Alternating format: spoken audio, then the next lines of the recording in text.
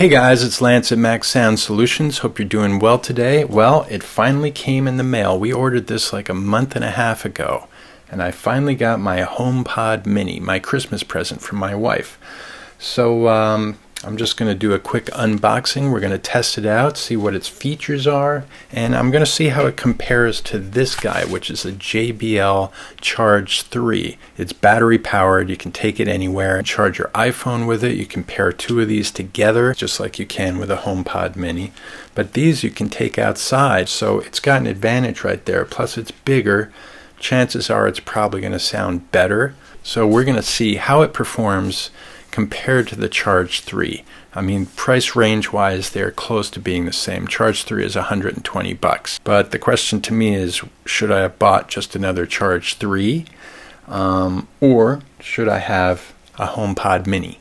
And basically, this is going to be my speaker in my bathroom.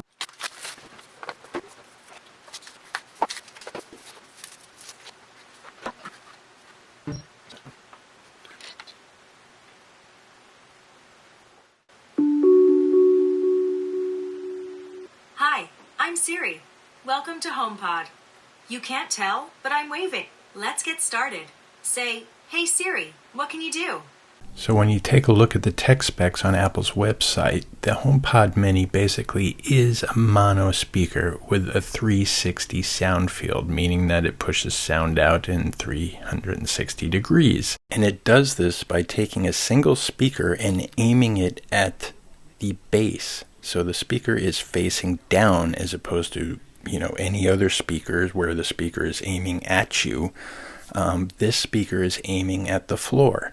So if you pick up the HomePod Mini while it's playing music and you turn it over and have the bottom of the speaker aiming at you, you're going to hear a lot more high end. And it's very kind of crispy, ugly sounding.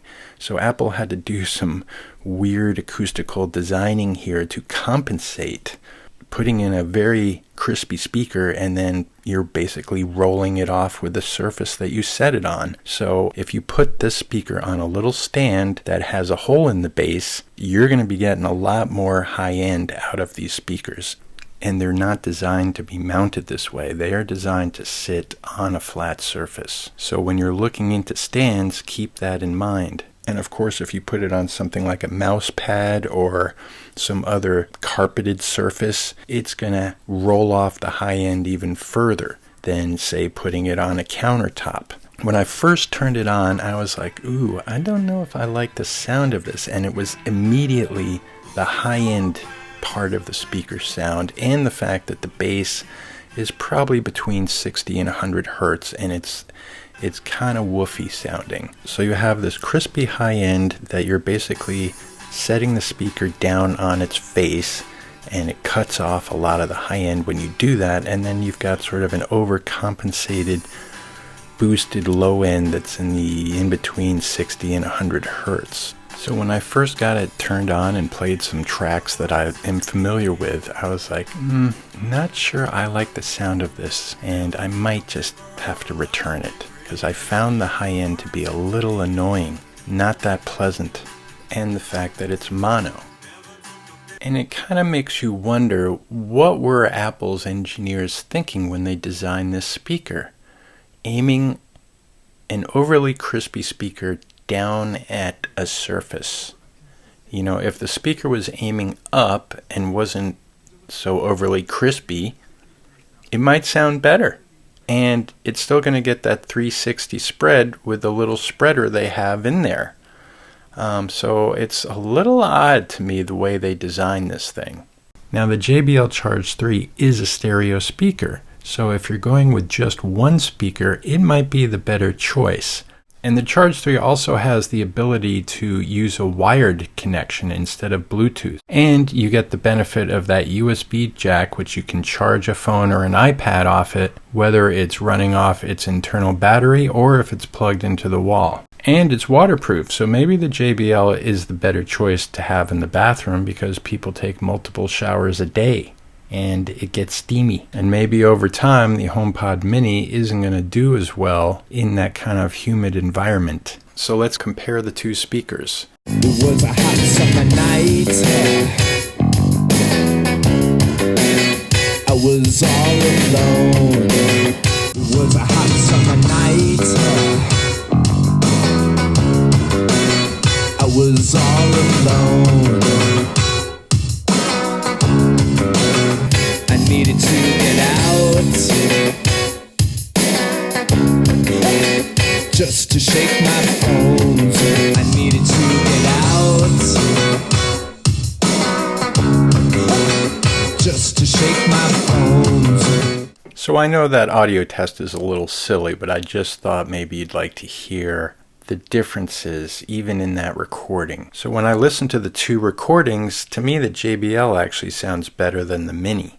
But that's not what I found when I listened to the speakers playing the same song. So to me, it's pretty obvious that the HomePod Mini has more high-end, upper high-end, and a little more bass, which I was surprised. And the JBL was definitely more mid-rangey. And as you crank up the JBL, the louder it gets, the more harsh it gets. It can get pretty darn loud, which is good for sticking a speaker outside and be able to crank it up.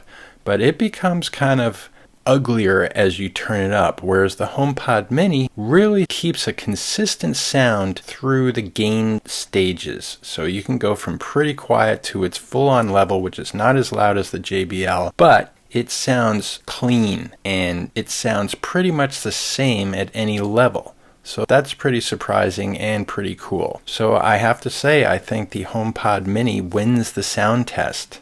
One other note is that if you're going to use the HomePod Mini to watch television, the audio and video are always in sync. Now when you use Bluetooth connection with the JBL, the audio and video are out of sync. So it's not great for watching TV or, beaming your laptop to it to watch YouTube videos.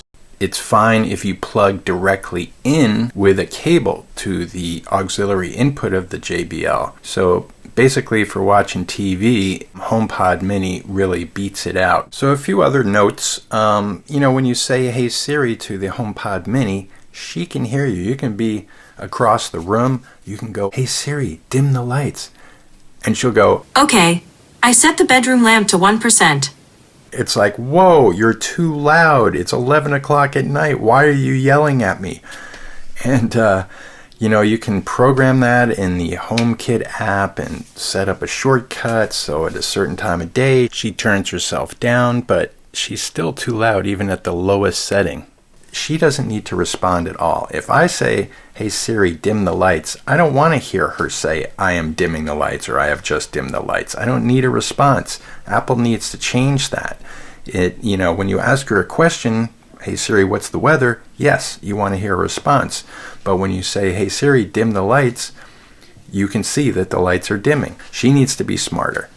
And she's not that smart. They've been working on her for a long time, but they need to work harder. The other thing is, when you first see the HomePod Mini in the presentation, you're like, oh, it must be battery powered. There's no wires. And they zoom and they pan and they wrap around. You don't see a wire. And then eventually, in latter shots in the presentation, oh, it's got a wire. But you still think at first, well, it must be battery powered. Then you can plug in the wire to charge it.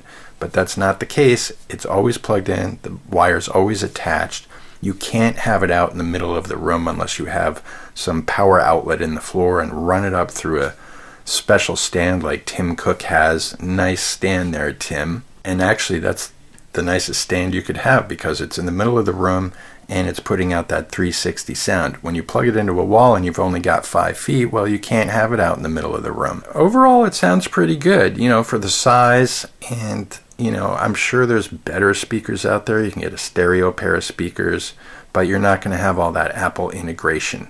And I might buy a second one. I'm not sure yet. I've decided the JBL is going to live in the bathroom because it can handle all the water and the humidity. And I'm going to have the HomePod Mini as a nightstand. I like white noise at night. So you can actually ask Siri to play you different types of sounds. But I like the one I recorded of a stream where I go fishing. And that's my nightly sound at night. I can't stand silence. It just drives me crazy. Being a recording engineer, I don't like silence. Okay, thanks a lot for watching. Please subscribe to my channel. Give me the thumbs up or the thumbs down, and we'll see ya on the next Max Sound Solutions video.